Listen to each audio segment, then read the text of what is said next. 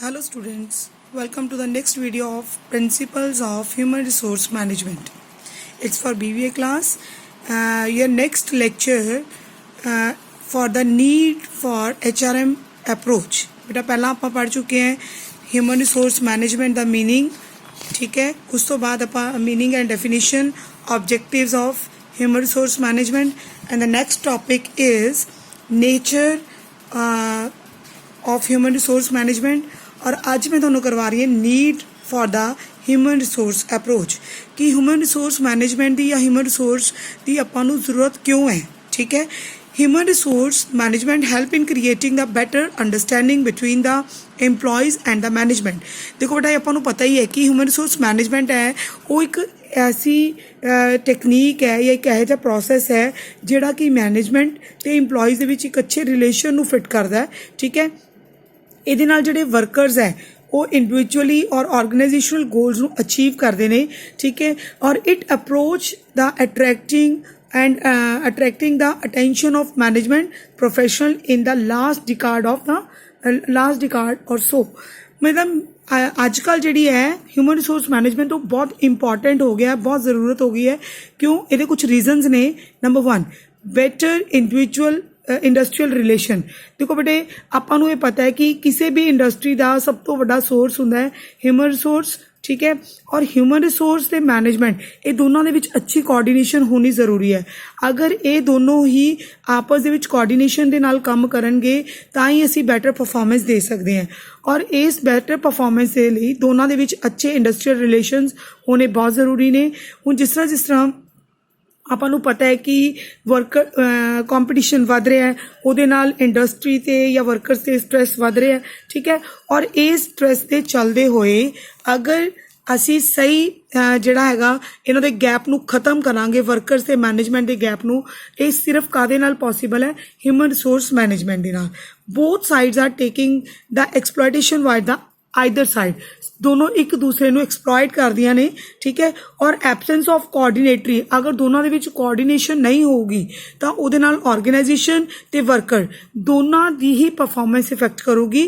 क्योंकि देखो अगर कोऑर्डिनेशन सही नहीं है ਤਾਂ ਕਦੇ ਵੀ वर्कर्स ਨੂੰ ਇਹ ਨਹੀਂ ਲੱਗਦਾ ਕਿ मैनेजमेंट ਉਹਨਾਂ ਦੀ ਵੈਲ ਵਿਸ਼ਰ ਹੈ ਤਾਂ ਉਹ ਆਪਣੀ ਸਹੀ परफॉर्मेंस नहीं ਦੇ ਸਕਦੇ. Human resource management is required to create the proper understanding among the workers and the management. दोनों दे विच एक अच्छी अंडरस्टैंडिंग बनती है वर्कर्स दे विच ते मैनेजमेंट दे विच. ठीक है. इस करके ये आपां नूं इस करके HRM डिपार्टमेंट की अज के टाइम दे विच बहुत ज़्यादा ज़रूरत है. Number 2, develop organisational commitment.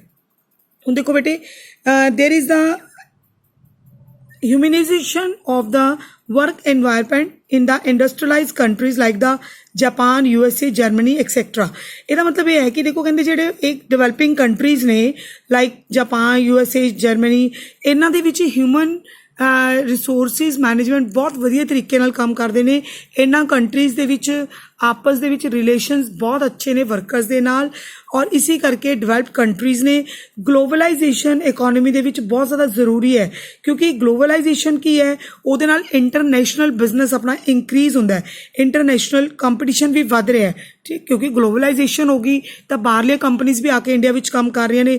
ਅਗਰ ਅਸੀਂ ਆਪਣੀ ਐਫੀਸ਼ੀਐਂਸੀ ਨੂੰ ਇੰਪਰੂਵ ਕਰਨਾ ਹੈ, ਆਪਣੀ ਕੁਆਲਿਟੀ ਨੂੰ ਇੰਪਰੂਵ ਕਰਨਾ ਹੈ ਤਾਂ ਇਹਦੇ ਲਈ ਜ਼ਰੂਰੀ ਹੈ ਕਿ ਵਰਕਰਸ ਦੀ ਕੁਆਲਿਟੀ ਇੰਕਰੀਜ਼ ਹੋਵੇ ਤੇ ਵਰਕਰਸ ਨੂੰ ਜਿਹੜਾ ਹੈਗਾ ਉਹਨਾਂ ਦੇ ਆਪਣੀ ਆਰਗੇਨਾਈਜੇਸ਼ਨ ਦੇ ਨਾਲ ਉਹਨਾਂ ਦੀ ਸਹੀ ਕਮਿਟਮੈਂਟ ਹੋਵੇ.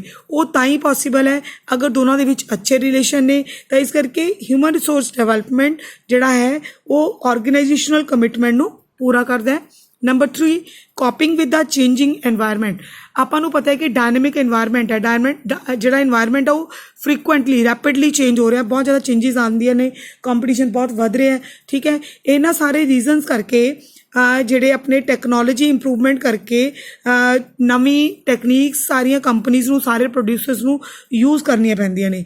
ਠੀਕ ਹੈ. ਤਾਂ ਇਸ ਕਰਕੇ ਇੱਥੇ ਕੌਪ ਅਪ ਕਰਨਾ ਬਹੁਤ ਜ਼ਰੂਰੀ ਹੈ ਕਿ उस कंपनी का ਉਹਦੇ ਵਰਕਰਸ ਨਵੀਂ ਟੈਕਨੋਲੋਜੀ ਨੂੰ ਈਜ਼ੀਲੀ ਅਸੈਪਟ ਕਰ ਸਕਣ। ਉਹ ਤਾਂ ਹੀ ਪੋਸੀਬਲ ਹੋਊਗਾ ਅਗਰ ਆਪਾਂ ਨੂੰ ਕੁਝ ਅੱਛੀਆਂ ਆਪਾਂ ਉਹਨਾਂ ਨੂੰ ਚੇਂਜਿੰਗ ਸਿਚੁਏਸ਼ਨਸ ਦੇਵਾਂਗੇ, ਉਹਨਾਂ ਦੀ ਐਫੀਸ਼ੀਐਂਸੀ ਦੇ ਲਈ ਉਹਨਾਂ ਨੂੰ ਅੱਛਾ ਐਟਮੋਸਫੇਅਰ ਦੇਵਾਂਗੇ, ਉਹਨਾਂ ਦਾ ਕੰਪਨੀ ਦੇ ਮੈਨੇਜਮੈਂਟ ਦੇ ਨਾਲ ਅੱਛਾ ਰਿਲੇਸ਼ਨ ਹੋਊਗਾ, ਤਾਂ ਫਿਰ ਇਹ ਜਿੰਨੀਆਂ ਵੀ ਕੋਪਅਪ ਚੇਂਜਿਸ ਹੈ ਉਹਨਾਂ ਨੂੰ ਈਜ਼ੀਲੀ ਜਿਹੜਾ ਚੇਂਜਿੰਗ ਐਨਵਾਇਰਨਮੈਂਟ ਹੈ ਉਹ ਅਸੈਪਟ ਕੀਤਾ ਜਾ ਸਕਦਾ ਹੈ। ਇਸ ਕਰਕੇ ਅੱਜ ਦੇ ਟਾਈਮ ਦੇ ਵਿੱਚ ਹਿਊਮਨ ਰਿਸੋਰਸ ਮੈਨੇਜਮੈਂਟ ਵੀ ਬਹੁਤ ਜ਼ਿਆਦਾ ਜ਼ਰੂਰੀ ਹੈ। Next point is change in the political philosophy. Politically ਵੀ ਸਾਰਾ ਕੁਝ ਚੇਂਜ ਹੋ ਰਿਹਾ, ਪੂਰੇ ਵਰਲਡ ਦੇ ਵਿੱਚ ਪੋਲੀਟੀਕਲ ਫਿਲੋਸਫੀ ਚੇਂਜ ਹੋ ਰਹੀ ਹੈ, ਠੀਕ ਹੈ। ਉਹਦੇ ਨਾਲ ਹਿਊਮਨ ਰਿਸੋਰਸਿਸ ਨੂੰ ਸਹੀ ਬੈਟਰ ਯੂਜ਼ ਕਰਨਾ ਇਹ ਵੀ ਬਹੁਤ ਜ਼ਿਆਦਾ ਜ਼ਰੂਰੀ ਹੈ। ਇਹ ਨਵੀਂ ਅਪਰੋਚ ਹੈ। The new approach is to develop the human resources properly for making the better use. ਉਹਨਾਂ ਨੂੰ ਬੈਟਰ ਯੂਜ਼ ਕਰਨ ਲਈ ਸਹੀ ਰਿਸੋਰਸਿਸ ਜਿਹੜੇ ਹੈਗੇ ਆ ਉਹਨਾਂ ਦਾ ਸਹੀ ਯੂਜ਼ ਹੋਣਾ ਜ਼ਰੂਰੀ ਹੈ। ਔਰ ਇਹ ਸਿਰਫ ਕਦੋਂ ਪੋਸੀਬਲ ਹੈ ਅਗਰ ਹਿਊਮਨ ਰਿਸੋਰਸ ਮੈਨੇਜਮੈਂਟ ਐਸਟੈਬਲਿਸ਼ਡ ਹੈ, ਠੀਕ ਹੈ। ਤਾਂ ਸੈਂਟਰ ਗੌਰਮੈਂਟ ਨੇ ਵੀ ਇੱਕ ਹਿਊਮਨ ਰਿਸੋਰਸ ਡਿਵੈਲਪਮੈਂਟ ਸੈਂਟਰ ਸ਼ੁਰੂ ਕੀਤਾ ਹੋਇਆ ਹੈ ਜਿਹਦਾ ਨਾਮ ਹੈ ਮਿਨਿਸਟਰੀ ਐਜ਼ ਦਾ ਹਿਊਮਨ ਰਿਸੋਰਸ ਡਿਵੈਲਪਮੈਂਟ, ਜਿਹਦੇ ਅੰਡਰ ਜਿਹੜਾ ਹੈਗਾ ਪੂਰਾ ਉਹ ਕਿਹਦੇ ਅੰਡਰ ਕੈਬਨਿਟ ਮਿਨਿਸਟਰ ਦੇ ਅੰਡਰ ਕੰਮ ਕਰਦਾ ਹੈ। ਔਰ ਇਹਦੇ ਨਾਲ ਕੀ ਹੈ ਜਿਹੜੇ ਇੰਪਲੋਈਜ਼ ਹੈ ਜਾਂ ਹਿਊਮਨ ਰਿਸੋਰਸਿਸ ਉਹਨਾਂ ਨੂੰ ਇੰਪੋਰਟੈਂਸ ਦਿੱਤੀ ਜਾਂਦੀ ਹੈ। And the last point is increase the pressure on employees.